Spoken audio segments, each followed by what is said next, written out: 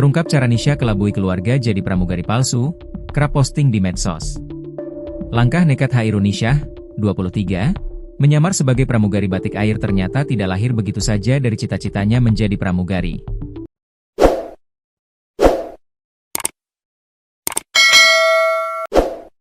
Di balik insiden yang mendadak viral di media sosial tersebut, terselip tekanan rasa malu kepada keluarga setelah uang 30 juta rupiah habis tanpa hasil dan janji lolos seleksi pramugari tak pernah terwujud. Kondisi itu membuat perempuan muda asal Muara Kuang, Sumatera Selatan, terjebak dalam pilihan keliru demi menjaga harga diri dan harapan keluarganya. Harapan untuk menggapai cita-cita menjadi pramugari justru membawanya pada situasi memalukan yang berujung pada tindakan nekat dengan menyamar sebagai pramugari gadungan maskapai batik air. Semua bermula dari rasa malu yang menekan, bercampur kekecewaan mendalam terhadap nasib yang menimpanya. Saat akhirnya diamankan dan diinterogasi oleh pihak berwajib di Bandara Soekarno-Hatta, Tangerang, Banten, Nisyah mengungkapkan alasan di balik aksinya. Ia mengaku terpaksa melakukan penyamaran tersebut karena tidak sanggup menanggung rasa malu di hadapan keluarganya setelah gagal mewujudkan impian dan menjadi korban penipuan. Pengakuan itu membuka tabir kisah panjang yang sebelumnya hanya tersimpan dalam unggahan media sosial dan senyum yang dipaksakan. Kronologi Hairun Nisyah tertipu. Kanit 4 Indak Polres Bandara Soekarno-Hatta, Ibtu Agung Pujianto, menjelaskan kronologi bagaimana Nisyah bisa terjerat penipuan. Semua berawal ketika Nisyah dikenalkan dengan seseorang yang mengaku memiliki kemampuan untuk meloloskannya menjadi pramugari. Tergiur oleh janji tersebut dan diliputi harapan besar, Nisyah akhirnya mengambil keputusan besar dengan meninggalkan Palembang dan berangkat ke Jakarta demi mengejar mimpinya. Kemudian datanglah dia ke Jakarta dan ketemu seseorang yang menawarkan menjadi pramugari tersebut, kata Agung dalam program Kompas Petang di YouTube Kompas TV, Kamis, 8 Januari 2026. Saat pertemuan itu, oknum tersebut meyakinkan Nisyah bahwa dirinya bisa lolos seleksi dengan satu syarat, yakni menyerahkan sejumlah uang. Nisyah pun menyerahkan uang sebesar 30 juta rupiah dengan keyakinan bahwa masa depannya sebagai pramugari sudah di depan mata. Namun, waktu berlalu dan janji tersebut tak pernah terwujud. Pada dasarnya dia itu korban yang mana mau masuk, jadi, pramugari lalu menyerahkan uang 30 juta rupiah tapi berujung gagal. Orangnya, yang meminta uang, sudah tidak bisa dihubungi, ujar Agung. Saat itu, bukan hanya uang yang lenyap, tetapi juga harapan serta kepercayaan Nisyah terhadap orang-orang di sekitarnya. Nekat jadi pramugari palsu. Karena rasa malu yang terlanjur menumpuk membuat Nisyah mengambil keputusan keliru. Ia berpura-pura telah berhasil menjadi pramugari dengan mengenakan atribut lengkap dan memposting foto-foto di media sosial seolah mimpinya telah tercapai. Tujuannya satu, membuat keluarganya di Palembang percaya bahwa dirinya telah lolos dan kini menjalani profesi yang selama ini diidamkan. Tak berhenti di situ, upaya meyakinkan keluarga dilakukan hingga ke lingkup paling dekat. Ibtu Agung mengungkapkan bahwa Nisyah bahkan sempat berfoto bersama kedua orang tuanya dengan mengenakan atribut pramugari palsu. Bahkan sempat memposting di media sosialnya dan berfoto-foto bareng orang tuanya dengan mengenakan pakaian pramugari lengkap, tuturnya. Dalam setiap foto tersebut, terselip beban psikologis yang berat antara rasa bersalah dan keinginan kuat untuk menutup kegagalan yang dialaminya. Nisyah sengaja mengenakan atribut pramugari secara lengkap, mulai dari seragam hingga kartu identitas sekolah pramugari batik air. Semua itu dilakukan demi satu alasan, yakni menutupi kegagalan saat seleksi dan rasa malu kepada keluarga di kampung halaman. Di balik seragam palsu tersebut, tersimpan cerita tentang mimpi yang kandas, penipuan yang menyakitkan, serta tekanan batin yang mendorong seorang perempuan muda mengambil jalan yang salah.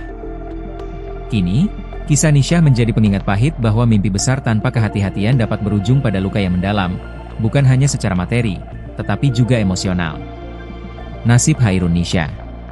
Setelah ditangkap polisi dan menjalani pemeriksaan, Kasat Reskrim Polresta Bandara Soekarno-Hatta, Kompol Yandri Mono, mengungkapkan bahwa seragam yang dikenakan Nisyah, lanjut Yandri, dibeli secara daring melalui toko online. Pakaian tersebut kemudian digunakan sejak keberangkatan dari Palembang menuju Jakarta. Awalnya, Nisyah berencana mengganti pakaian setibanya di bandara. Namun, karena waktu keberangkatannya mepet, rencana tersebut urung dilakukan. Pengakuannya, dia sebenarnya ingin berganti pakaian setelah sampai di bandara. Tapi karena waktunya tidak cukup, akhirnya tetap naik pesawat mengenakan seragam tersebut sampai tiba di Soekarno-Hatta, jelas Yandri. Meski sempat diamankan dan dimintai keterangan, kepolisian memastikan tidak menemukan unsur tindak pidana dalam kasus tersebut. Tidak ada indikasi ancaman keamanan penerbangan maupun pelanggaran hukum lain yang memenuhi unsur pidana. Pihak maskapai Batik Air juga memilih tidak melanjutkan perkara ini ke jalur hukum. Persoalan diselesaikan secara kekeluargaan dengan kesepakatan bersama. Batik Air tidak melakukan penuntutan. Yang bersangkutan hanya diminta membuat surat pernyataan agar tidak mengulangi perbuatannya. Seluruh atribut Batik Air yang digunakan juga telah disita, ujar Yandri. Terungkap awal mula duduk perkara seorang wanita menyaru bak pramugari lolos boarding hingga masuk ke dalam pesawat. Wanita tersebut bernama Hairunisha alias KN berusia 23 tahun bercosplay ala pramugari Batik Air. Nisha merupakan gadis dari Ogan Hilir, Sumatera Selatan.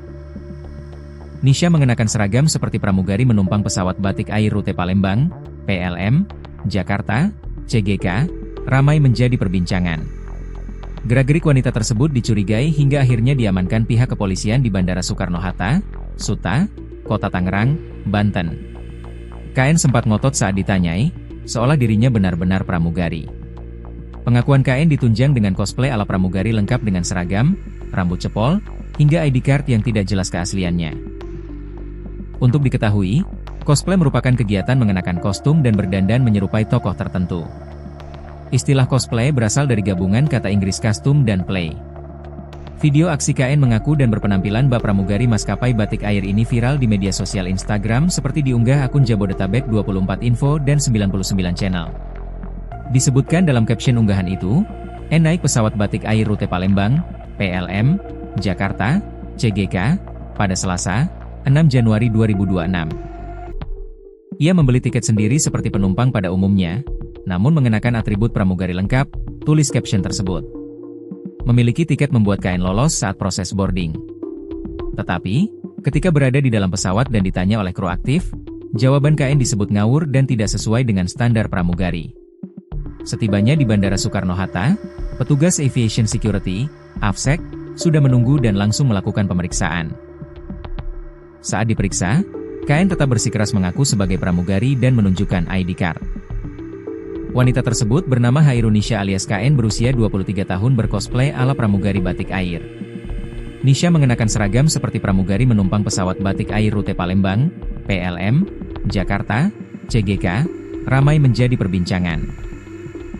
Gerak-gerik wanita tersebut dicurigai hingga akhirnya diamankan pihak kepolisian di Bandara Soekarno-Hatta, Suta, Kota Tangerang, Banten.